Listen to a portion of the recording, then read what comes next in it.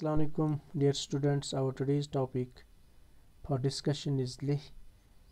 It is written by Andrew Harvey.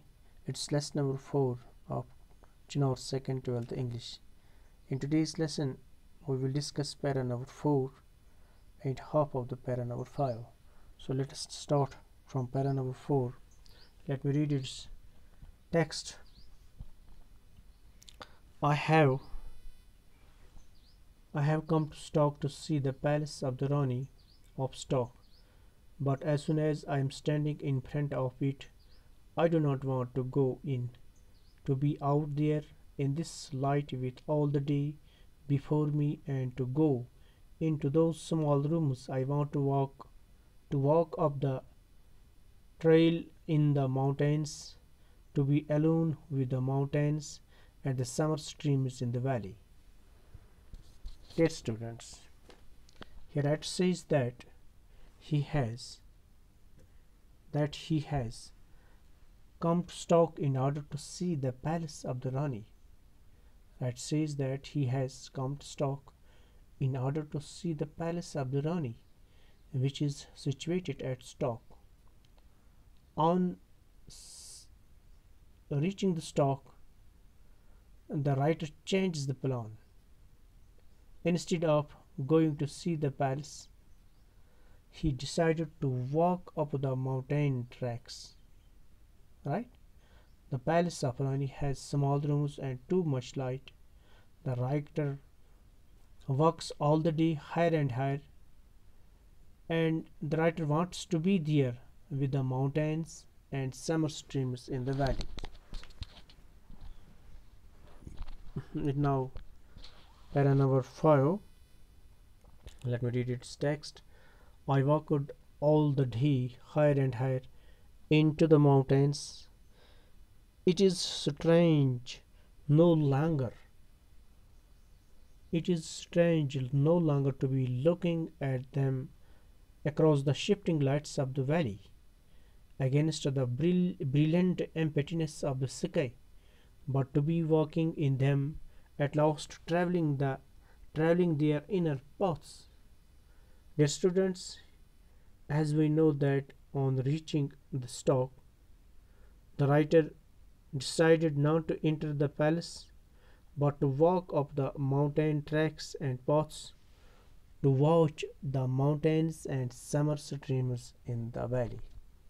To watch the mountains and summer streams in the valley. Students, the towering mountains and the summer streams of Leh are incomparable. The towering mountains and summer streams of Leh are incomparable to anything beautiful on the earth.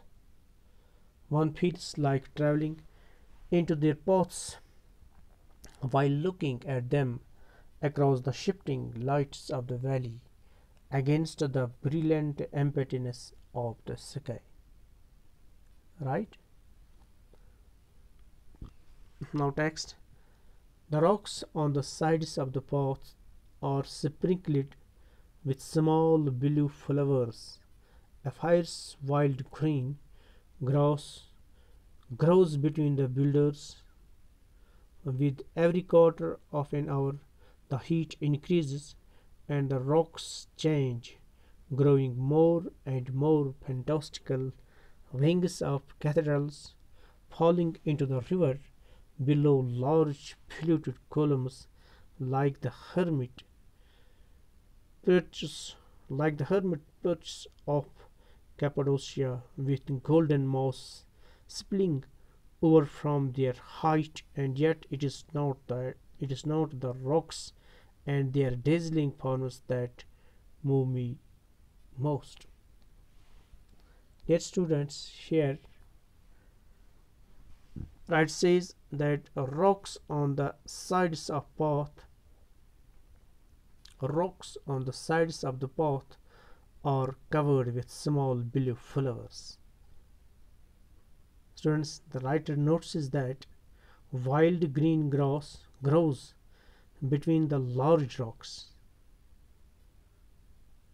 Wild green grass grows between the large rocks.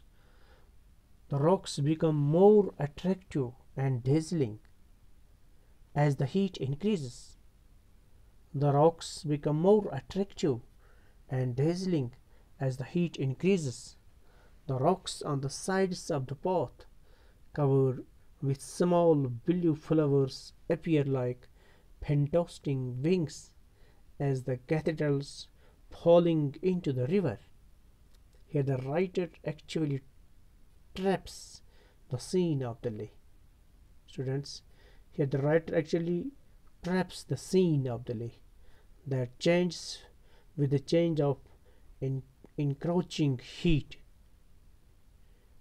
like the cathedral wings which are floating over the river and covering the rocks like moss that has grown on the rocks. Right? Let me tell you again that here writer actually traps the scene of the lay that changes with the change of encroaching heat, like the cathedral wings which are floating over the river and covering the rocks like moss that has grown on the rocks. It seems to the writer that a hermit or saint is giving his sermon outside the cathedral. Right? Now,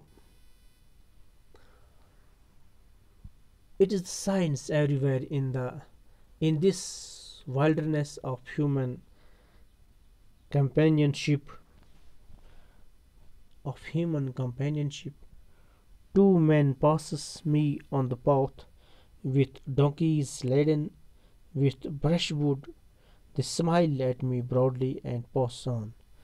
They have they have been working high in the mountains, getting wood for winter from the small tough bushes that grows in the ravines just below the tree line.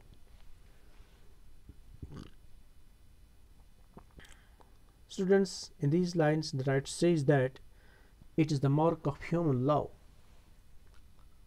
It is a mark of human love and prayer in these desolated forests. It's a mark of human love and prayer in these desolated forests.